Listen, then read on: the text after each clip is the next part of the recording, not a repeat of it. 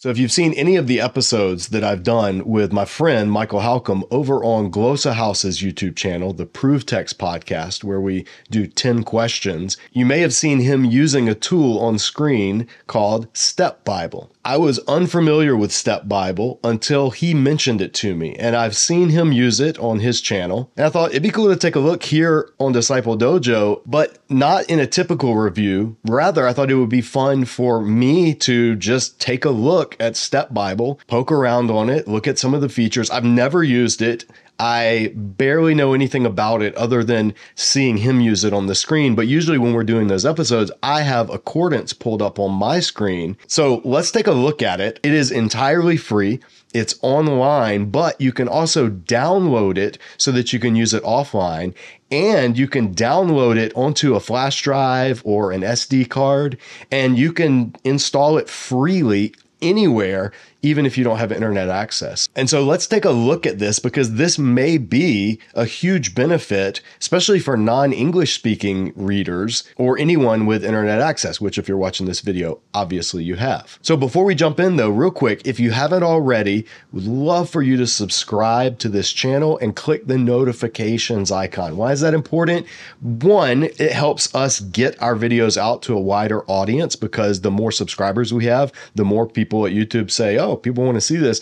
And the notifications, turning that on is a way of telling YouTube, I want to prioritize this channel in my algorithm feed. So the more people that do that, the more popular the channel is, the more people YouTube decides to show it to, the more people find out about it, on and on, self-perpetuating loop. If you'd like to help this ministry out, that's a quick, easy, and completely free way to do so. All right, let's look at Step Bible.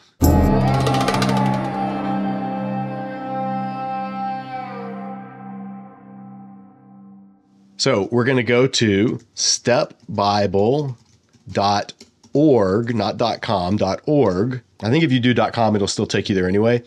And here's what we come to. Step Bible. So I guess this is the home page. Across the top, you have copy, new panel. Okay, so if I click on that, it makes a new panel. If I close that out, it's just one panel. So this is kind of similar to like Logos or Accordance or something. I wonder how many panels you can add. Oh, you can do 3, 4, 5. Is there a limit? Okay, it looks like that's the limit, however many that is. All right, so we'll go back to the home page. There's a button here that says resources. So I click on this. All right, so these are resources available. Let's see, resources powered by Step Bible, Harmony of the Gospels, Miracle in the Bible, New Testament letter structure, Old Testament parallels, Old Testament used in the New Testament. Let's click on that. Okay, so here is Matthew 1:23. Turn my cursor highlighter on so it appears. There we go. Okay, so Matthew 1:23 uses Isaiah 7:14. Looks like on this side, so here are the New Testament passages, and here are the Old Testament passages that they use. Let's see if I click on this. Okay, so if I click on Matthew 5:33, this is from Leviticus 19. You shall not swear by my name falsely, and so profane the name of the Lord your God. And Exodus 20, you shall not take the name of the Lord God in vain, for the Lord will not hold him guiltless who takes his name in vain. So I guess there's question about which of these two verses Matthew 5:33 is alluding to. So I get, okay, so here are all the New Testament passages, and then the Old Testament passages where they're listed. And it looks like it's not just passages that they're cited. So here's John 7:38 and 39. Out of his heart will flow rivers of living water. And there's a number of Old Testament passages. So Proverbs, the words of a man's mouth are deep waters. Fountain of wisdom is a bubbling brook. Let's see. This is hard to see on the screen. I wonder if I can increase the font size. Yep, here we go. Font size. Okay. Let's make this a little easier for viewers to show up. So yeah, it looks like it's saying that these are possible backgrounds of this passage, even though it's maybe not a direct citation. So it goes all the way through the New Testament. Very cool. That's one helpful resource. So if you're studying a passage in the New Testament, you could go to Step Bible, you could go to this resource, you could pull up and see what your New Testament passage, if it alludes to or cites the Old Testament, and then you could have those on the screen right there. And you can't see it on your screen, but it opens it in another tab. So that's really helpful. I can just go back to the original tab. I can keep this tab open, or I can close it out. I'll close it out for now. All right. So when you open let me see if it always, yeah. So when you open a new resource, this is open. You can't see it, you guys that can't see the browser bar in your view, but this is opening it in a new tab. Let's see, names of God, places in the Bible. There's reading plans here. Oh, this is cool. There's the Jewish, the parashot, the Torah and the Haftorah. So this tells you, okay, yeah, working in English. Yep. So if you don't know, Jewish synagogues have one reading plan. They divide the Old Testament into parashah, plural parashot, and they are weekly readings. You can choose if you want the English verse or the Hebrew verse, because like, for instance, Hosea 14:2 through 10 in Hebrew. In English Bibles, it's Hosea 14:1 through 9. So that's helpful whether you're reading a Hebrew Bible or an English Bible. There's daily readings. So it's got each parashah broken up into the daily Torah reading and then the Haftorah reading. So that's something outside of the Torah from the prophets or the writings that goes along with the Torah reading. And then the name of each parashah is right here. And we're actually coming up. So October 7th. So October 14th is going to be the start. So the Torah reading for the year will have been completed and it will start over again. October 14th, 2023. They'll start over with the first parashah of the Bible, which is Bereshit. And that's Genesis 1:1 through 6:8. And then the next week in every synagogue, every Jewish synagogue around the world, in the next week, they'll be studying the parashah called Noah. And Noah is Genesis 6:9 through 11:32. That's the story of Noah and the flood. Then you come to Lech Lecha, which is Genesis 12 through Genesis 17. This is the introduction, the call of Abraham. This is the word in Hebrew, Lech Lecha, like get up, go, take yourself. And that's what God told Abraham to do in Genesis 12. Yeah, this is a really cool feature to have here in Step Bible. And then it displays the text over on this side. All right, so I'll leave this open for now. Actually, no, let me close this out. I'll go back. Okay, so on the right-hand side, we haven't even gotten through this, but resources, the analysis window, if I click on that, okay, so here's the text, and then there's a vocabulary analysis. These are all of the words, the Hebrew words that appear in this, looks like in this chapter, and it has them in descending order. So obviously the article ha, that appears 68 times in Genesis 1. Va, which is the word for and, it's just a conjunction, appears 40 times. La, which is to, toward, for, can be translated a number of different ways, 38 times. Elohim, the word for God, appears 32 times. This is kind of cool. In the ESV text, that's what this is over on this side, the ESV. I guess the ESV is tagged so that when you hover over a Hebrew word, it actually pulls it up, keywords. So yeah, so I hover over waters and it'll highlight, you can see on the screen, it highlights all the other instances of waters. If I go over here to the vocabulary and find a Hebrew, I'll see rakia.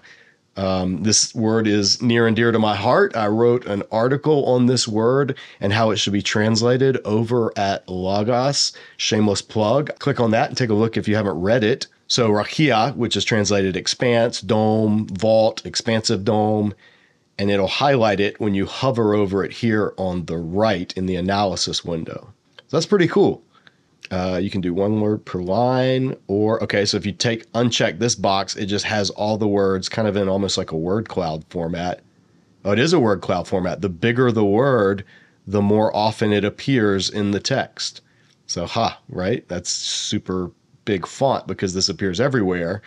Whereas these words down here, like bohu, the word for void, that only appears once. So that's kind of cool. Word cloud versus order of prominence. Oh, wait, you can sort it. Okay, you can sort by frequency. You can sort it in the reverse. So the least common words appear first. So this would be kind of cool if you're trying to work on your Hebrew vocabulary and you know all the main words. If you select this frequency, reverse, then this will show you all of the words you may not know because they're very infrequent, at least in this chapter up front. I can see that being really helpful for seminary students who are learning Hebrew and want to see it in line with the text. And then alphabetical. Okay, so these are sorted according to the Hebrew alphabet. Adam, Adamah, Or, Oth, Echad, Ochla. Okay, so this is really helpful. If any of you out there, seminarians, and you're working on your Hebrew, okay, if I click next chapter, it takes you to Genesis 2, but it doesn't move the text over here. So I'm still in Genesis 1, but I'm seeing the vocabulary in Genesis 2, and if any of these vocabulary words in Genesis 2 appear in Genesis 1. All right, so Elohim, that appears in Genesis 2, and it also appears in all these spots in Genesis 1. So vocabulary analysis, bookmarks. So I guess I can bookmark certain pages. Oh, okay, this question mark gives you the welcome guide. So this will show you in Step Bible how to do searches, examples to use original language features. All right. Let me close this out. Let's see what else up here. Okay, font. Oh, this is cool. Okay, so you can change the, let's see, default font. I'm going to make this a little bigger. I'm going to do a 20-point default font. Ooh, dark mode. Okay, so this is huge. Oh, that's perfect. So there's a reason why I do dark mode when I have Accordance or Logos pulled up. If you've ever seen any of my videos here where I'm using Bible software, I always put it in dark mode because when I have it in regular mode, my screen casts a white glare on my face. But if I turn on dark mode, then it doesn't cast that glare. And so it's easier when I'm here in the studio.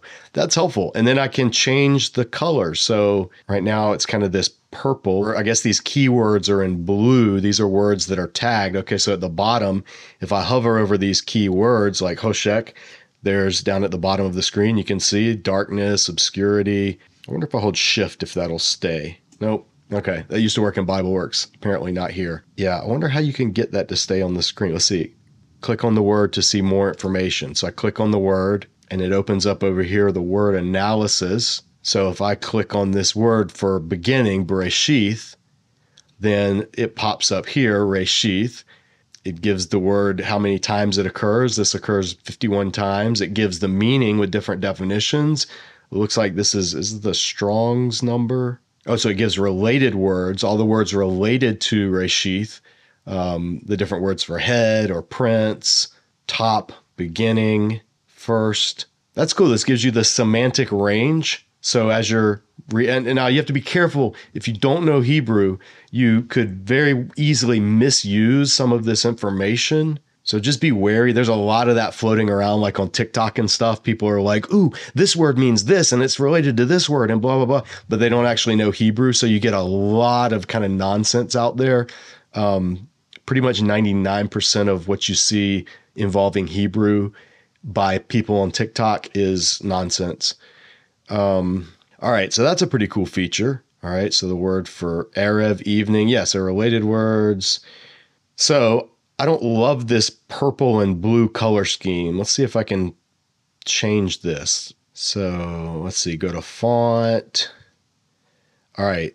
I wonder if okay, so the highlighted background. Let me see what this would look like with like a greenish, more Disciple Dojo type color scheme. Okay, so choose that. Oh, okay.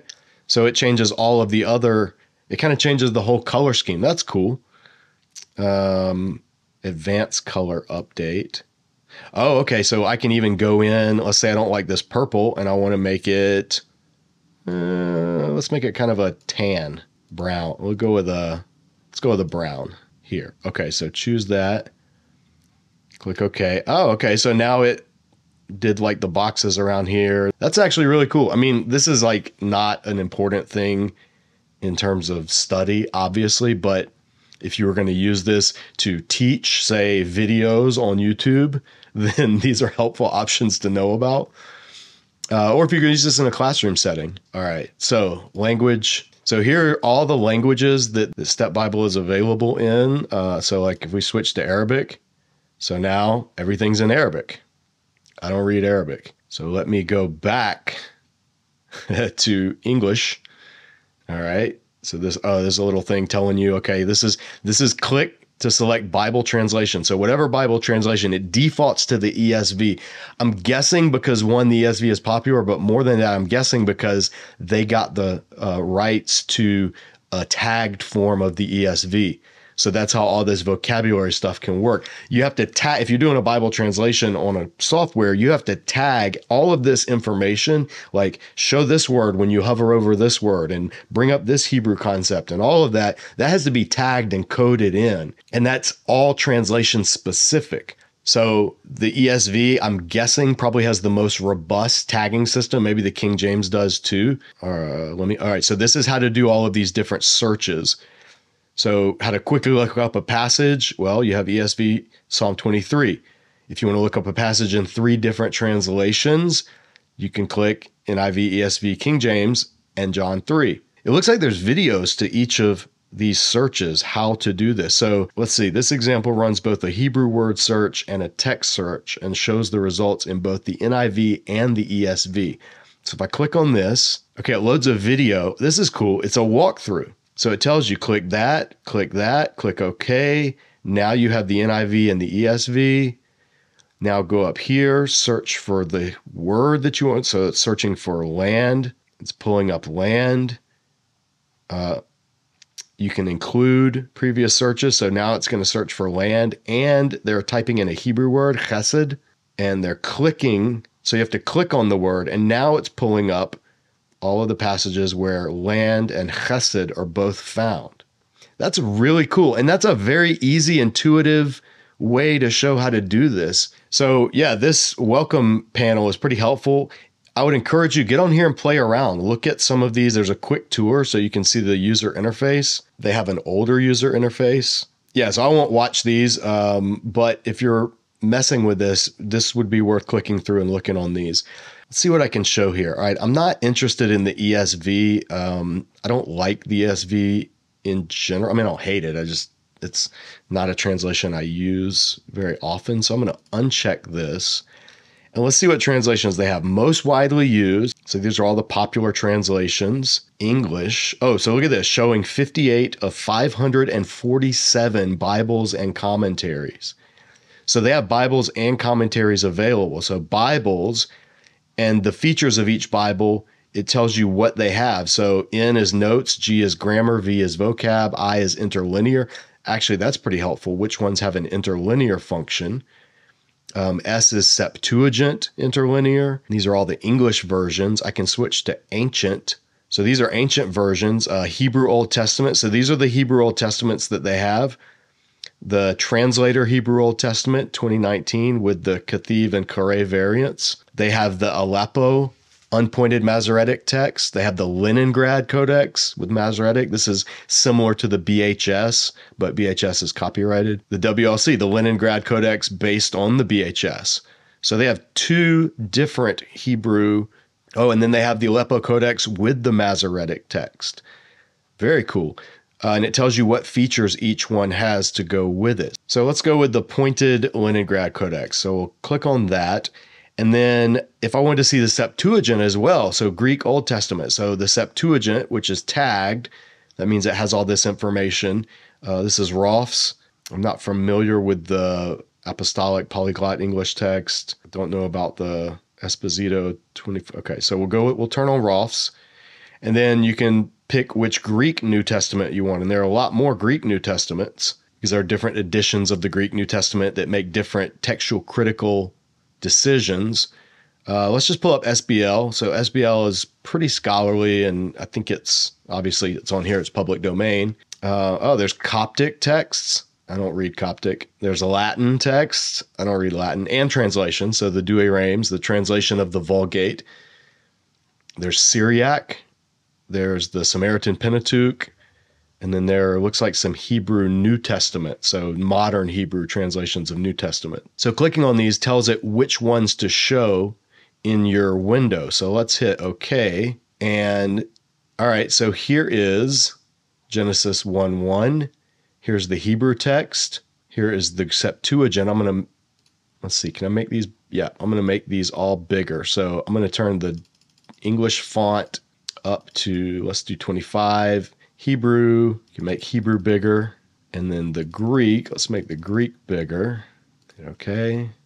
Okay, there you go. So you can see on the screen, and I'm going to go back to dark mode because it's easier on my eyes.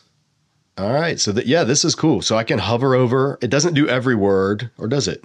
It looks like, at least in this, it's doing every word. So I can hover over the Hebrew text. This has it, each verse, the translations you've enabled for that verse. Let's put up in English, just since not everybody watching this has original language. So I'm going to go with, here are all the English Bibles. And then these are all the ones that they have rights to make freely available. Oh, they have the HCSB, which is the old Holman Christian Standard Bible from 2009, as opposed to the CSB. I actually like the HCSB. I think that's a good translation. So I'm going to turn that one on. LEB. Oh, this is nice. The Lexham English Bible. I usually only have this in Logos or YouVersion. I can't get this in Accordance because Accordance and Logos are rivals. But I like the LEB a lot. I can usually see what the Hebrew or Greek underneath the LEB is because it's fairly literalistic in its translation theory. What do they have?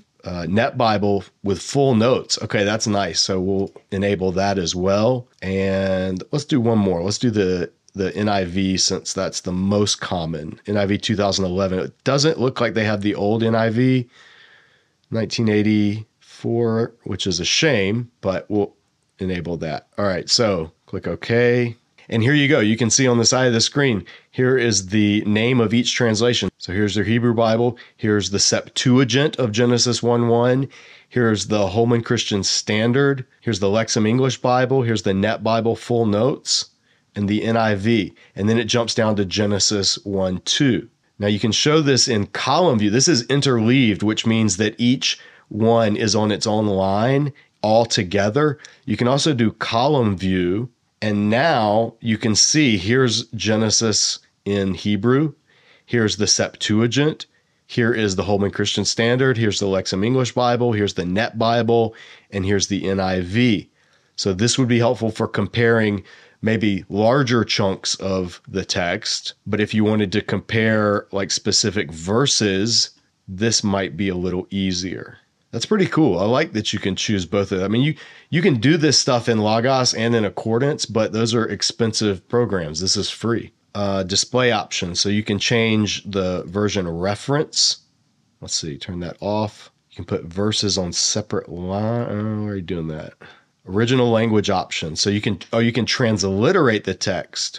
So if you don't read Greek, arche, it says it right here, arche. And then in Hebrew, haaretz, va'eth. That's pretty helpful. Let's see, I'm going to turn it back off. Color code Hebrew. So this looks like it's hard to see here because it turns it black in dark mode, but it colors the different parts of speech of the Hebrew text. So the keywords are showing up in this dark purple. How does this look when I turn off? It's still kind of hard to see. I don't know if you can see on the screen, but yeah, the words are in purple and these are in black. All right, so we'll turn that off. You can get it to display the Greek accents, the Hebrew vowels. So if you want to turn off vowel pointing, notes and references. Okay, so if you don't care about the notes, the cross references or anything like this, you can turn those off and you just have the text of the English translations. But if you turn those on, now, for instance, in the Net Bible, the Net Bible has these notes. You click on them and down at the bottom of the screen, you can see these notes differ depending on which one you click on. Some are really long, you can see down here. Some are a little bit shorter. These are translator notes. I don't know if you can make that bottom pop-up note section bigger because that's really small font. I wonder if there's a way to do that. I don't know. And then what else do you have? So notes and references, then quick lexicon, verse, vocabulary, similar word. Now, if I want to keep, let's say I like this setup, these comparative translations, I like this, these are good, but I also want to have commentaries to go along with it. I'm assuming I click on new panel, and then if I go here and I unselect all these, I don't want to show any Bibles in this, but I want to show commentaries. So I click on ancient commentaries. This is the apparatus for the SBL New Testament. So if you're doing Greek text criticism, the SBL apparatus is here. And the New Testament manuscript variants. These are two New Testament apparatus. If you don't know what that is, don't worry about it. If you know what that is, you know what that is. English. All right, so it looks like these are the commentaries that they have available because they're public domain, they're free. Abbott, Barnes, Burkitt, Clark. Okay, so Adam Clark's commentary. Adam Clark was an early Methodist commentator. Let's turn that on. The Geneva Bible translation notes, Keel and Delitzsch, Old Testament commentators. Turn that on. Got Luther, Matthew Henry, Schofield, Spurgeon, and Wesley. Of course, got to hear JW. And you could arrange these in different order. So let's say Wesley's the oldest. So I want to put him first, and then came Clark, and then came Keelan Delich. So update that. So now in this window, let me make this font a little bigger. So in this window, Genesis 1:1. So here are Wesley's notes on Genesis 1:1. And then down here, here's Adam Clark's section on Genesis 1:1, which is pretty extensive. Clark's is like a full commentary. And then here's Keelan Delich. So this might get a little unwieldy if you have multiples.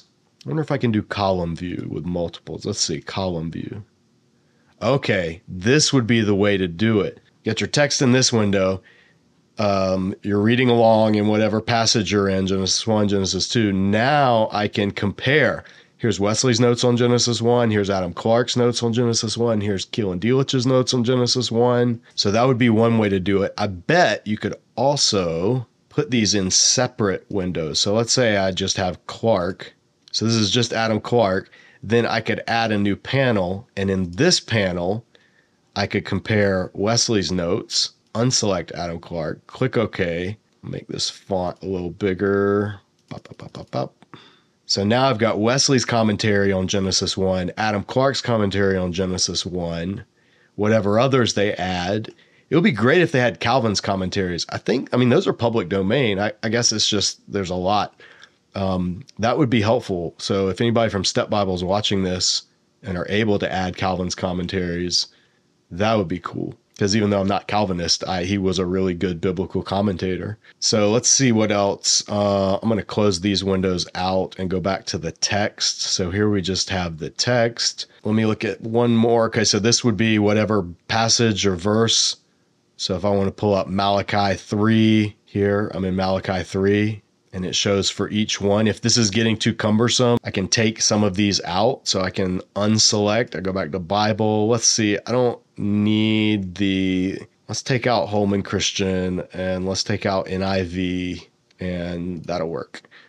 All right. So now I just have the Hebrew, the Septuagint, and then below that I have the Lexham English Bible and the Net Bible. So now in this window, if I click here, I can search for a particular word and it gives you examples. So if I type the word just, then it'll say matches words that start with just. So for instance, just, justice, justified, etc. If I type in the phrase come to me, it matches verses that contain come, to, and me in any order. For more advanced features, find the advanced search with the top right toggle.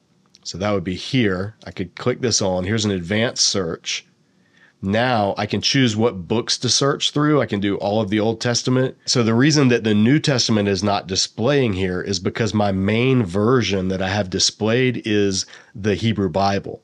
So if my main version were a different one, let me go back here and see if this works. Yeah, that's what it is. If I set the NIV as my main search version, then it displays Old and New Testament. I had Hebrew Bible, so that's why it wasn't showing New Testament as search options. So I can click the search range, Old Testament and New Testament. So let's just update that range. And then this tells you the types of search you can do. All right, so let's say I want to search for spirit. So I can type spirit, and then this is the type of searches it'll do. I can click here, and it'll just click for spirit.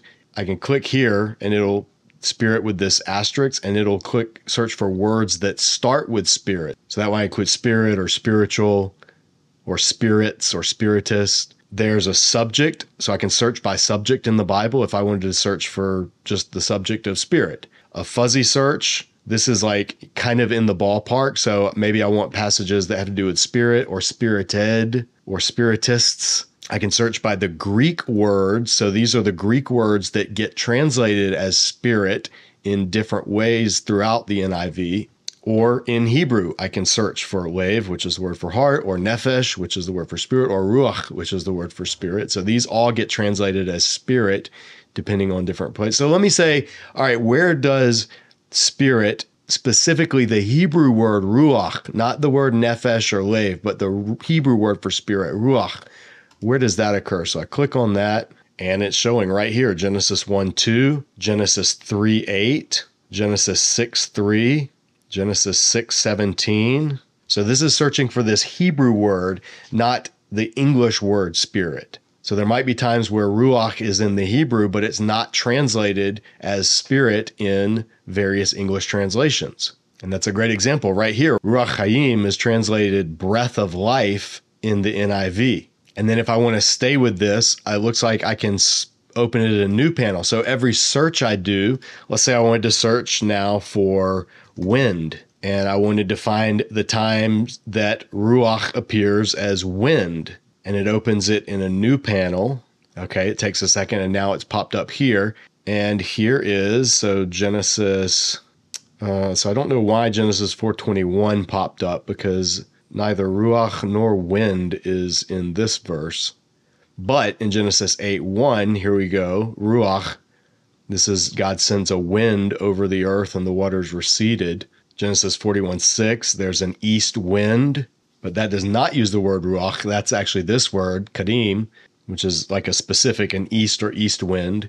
So a lot of this stuff, if you use Logos or Accordance and you're already used to using those, then there will be, I guess, a learning curve of using these. So I don't think this would be my primary tool that I would be using, but that's only because I already have and use Logos and Accordance. But if you don't, and you don't have any of these biblical software programs that work with original languages, then this is pretty useful. So, I mean, Step Bible is giving you some pretty high-powered ability to use the languages to do different searches, to compare translations. And the fact that it's free and that it's downloadable and you can use it offline, don't have to be online, that's great. So last thing, let me click on and see what these options are under more. There's a place you can give feedback. So if you find glitches or bugs or suggest resources, I'm guessing if I click on that, yeah, you can email and send a message to the developers. So here's where you can download Step. Here's the directions for downloading it, whether you're doing Windows, Mac, or Linux. You can download to your mobile device. That's really cool. They're available in the Apple Store and Google Play. The app is free. There are no ads or in-app purchases. You can download some fonts for Hebrew and Greek, and you can actually key them to your keyboard so you can type in Hebrew or Greek. So there's video demonstrations. We looked at a couple of those. Guide and instructions. So user guide. It looks like this is basically the instruction manual. So here are all the resources. So this is information about the different translations. These are the English translations, older translations, revisions of older translations, literal renditions, English versions of ancient translations. So a translation of the Syriac, the Peshitta, the New Testament, done in 1849. The Septuagint in American English, done in 2012. The Hebrew versions, the different Greek New Testaments, the Septuagint, the Samaritan Pentateuch, the Vulgate. There's translations in 280 languages and growing. That's really cool. So here's the complete list of all of the languages. So the New Testament in the Miniafia language of Oro Province, Papua New Guinea. That's super specific. The New Testament in the Angor language of Papua New Guinea. A number of French Bible translations, a modern Irish New Testament, preview of Luke. I didn't even know there was modern Irish. A Haitian Creole Bible, some Persian translations, Polish translations, portions of the Holy Bible in the Paama language of Vanuatu, some Polynesian or Micronesian translations. Now, this is really cool, especially for people that are doing unreached people groups work or local indigenous missions work in different places. There's a place where you can click how to help, volunteer and support. So English language speakers or non-English language speakers, programmers, I know they're always in need of programmers, social evangelists and testers. The software and resources in Step Bible are all built by volunteers. Volunteers have many different types of skill, and there's something for almost everyone. So if you have 5 hours or more a week available, please contact us. We have openings for people with a variety of skill sets: general knowledge of the Bible in English, good knowledge of English and editing, good general Bible knowledge without Greek or Hebrew, good knowledge of Greek or Hebrew, programming skills in JavaScript and or Java. I love this. I love that this is kind of like, open source isn't the right word, but like, I guess open source in that asking for volunteers and help from people all over. Very cool. Yeah, if you're interested in this, give them a shout. See if they could use your help. And then lastly, their copyright and licensing. So Step Bible software, this software may be freely distributed and freely developed by others. Derivative software may be freely distributed. You can get the software on GitHub for Step Bible. Then Tyndale House Step Bible dataset. So I guess this is stuff that Tyndale House has done to help out Step Bible. These can be freely used. Profit-making projects are invited to ask for an individual license. And then the stuff having to do with Crosswire, the SIL fonts, licensing. And then these are the data sets that they've been able to use with permission to build all of this. And then lastly, about. So why is this called Step Bible? Well, here it is. STEP stands for Scripture Tools for Every Person, and is designed to give users across the world, particularly those in disadvantaged countries, free access to trustworthy Bible expertise. Created by Bible scholars at Tyndale House, Cambridge, UK, it is curated by a non-denominational body of scholars and other volunteers who are passionate about sharing accurate information on the Bible. And then it tells you all the things you can do with Step Bible. Step Bible enables all Bible translations to become study Bibles and allows all users to explore the Bible in their own language and access the best Bible expertise. The software is multilingual and free to use to download as a tool that continues to work when the internet fails. Step Bible provides an alternative to expensive, highly resourced software without compromising on accuracy. The website and software carry no advertising and include no content that's charged for. The data is verified and augmented by academically trained scholars and made available for inspection and use under a CC BY license at, and then there's the website. StepBible.org is a UK charitable incorporated organization, and then they thank the publishers that made some of their works available for free. That's awesome. If you're a Bible publisher, you should be helping out Step Bible. I know in the world of charging for resources, and obviously, like people have to be paid to do work and everything, but this is a volunteer resource and they're trying to make it accurate and credible. It would be awesome if a number of publishers out there really poured into this a number of their resources, like waived their licensing and said, yeah, you can use our copyrighted translation. Yeah, you can use these commentaries as part of this. That'd be great. There needs to be more open source content in biblical studies. One of the biggest hindrances to people being able to accurately read and study scripture is financial hindrance. So having something like this and making it freely available, especially to people in other countries. Yeah, if you're watching this and you work for a Bible publisher or a Christian publisher, figure out ways that you can help what they're doing, because this is really cool. So I hope this was helpful. Check out Step Bible, poke around on it. This is literally the first time I have used it. I don't get anything for this. I am in no way affiliated with Step Bible.